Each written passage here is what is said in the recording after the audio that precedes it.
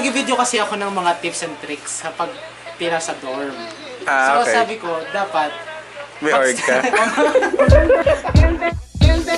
Hey guys, what's up? It's Migs. Nandito ko ngayon sa dorm ko sa Maynila and I'm about to go to uni. I'm going to dedicate this day to share to you guys some tips and tricks on how to save here in Manila. So, that's what we're going to do today. We're going to save money. We're going to do that at the university, so come along with me.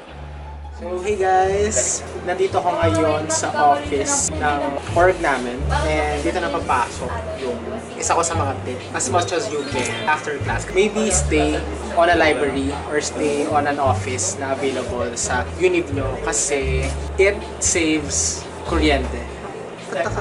So that is one of my tips for you guys. Also guys, this 2024, umipat ng room yung office namin and I'm going to bring you to a little tour. Okay, so let's have an office tour. Go. Okay na? Okay. So, hey guys, merong bagong rooms yung office namin. So let's go. Let's have a tour. Unang-una, meron tayong room 101 dito sa Orata Hall. And so, ito yung office ng director namin. So, hindi tayo masyadong mali. Hello po. Hey guys, so ito po yung unang office ng office namin. So, let's pasok. So, dito nakabase si Miss Kim. Dito naman si Miss Jonah sa other table. Hi kayo, Miss Jonah. And also, dito na yung part ng director namin. So, pag tayo ngayon ay pumunta na tayo sa other room. So, let's go sa isa pang office. And dito yung magandang office kasi first, pwede magingay kasi wala dito yung director namin. And second, mayroong aircon dito sa office. So kung dun sa isang room, bawal tayo magingay kasi ito yung director namin. Dito pwede nang mag-ingay. And this is our table. Our very big table. And dito na tayo sa exciting parts. May secret passageway dito. And dito na yung, ano ba tawag dito? Pantry. Pantry ng aming office. Nag-video kasi ako ng mga tips and tricks sa pagtira sa dorm. So Okay. sabi ko, dapat May org ka. mapagstayan ka para yan. May mga libre kang tubig, tapos libreng aircon. And also, pakita natin yung ref.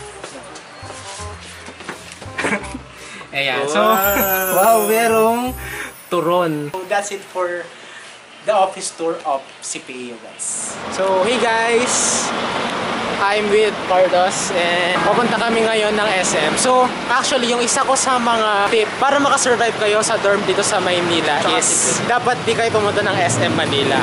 So parang ang gagawin namin is papakita namin yung pagkakamali para hindi nyo siya gawin. Kasi kapag nasa SM Manila kayo, para siyang vacuum na kukunin lahat ng pera.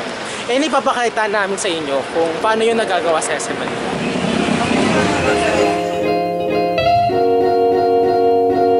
So, pupunta kami ngayon ng McDo and bumili ako ng kanin mula sa karinderya and isa pa yun sa mga tip para sa pagtitipid sa pag-dorm dito sa Maynila kasi kapag nag-McDo kami, doon kami nag-extra rice. Magkano extra rice doon?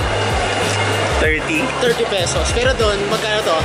12 lang guys. And mas marami pa yung serving nito.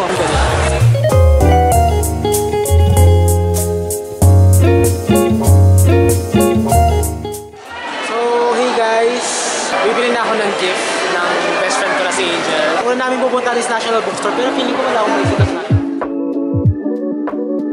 Ano kung mahilig mag-TikTok si Angel? So how about a book that is famous in TikTok? Mahilig din siya mag-embroider. Ha? Anong tawag doon? Crochet? Ano? Crochet pala tama. Meron pang ano dito na siya. Yarn yun, te. Bilang ko na lang siya ng maraming yarn. Magkano isa? Wala bang price? Ito, 39. Mahal. Hindi na ako makabili sa Divisoria. Ano yan lang bibigay mo? Isa eh. Hindi siya ano, for gifts. Hindi siya pang gift. Sa convenience store tayo.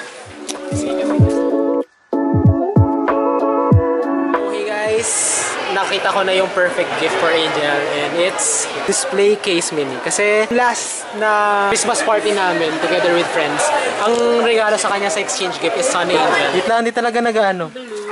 Tinanggal It's ko na cute. siya. Masakit siya, guys. Imagine na sa sobrang cute na Sunny Angel niya is naka-display siya dito. Ito yung bahay nila. This is my gift for you, Angel. I hope you like it. Hey guys, today is the next day. For today, I will share to you guys the last tip. It's a tip that is seasonal. Hopefully, mangyari siya later because kung di siya mangyari, I will have to think of another tip.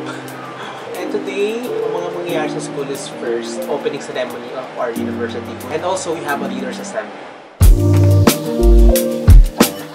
Sinabi ko kanina na hindi ako sure kung yung sasabihin kong tip para sa pagtitipid ay magagawa namin. Ang goal namin is makahanap ng food ngayon sa ibang dato. So hopefully may food mamaya para makatipid tayo for today.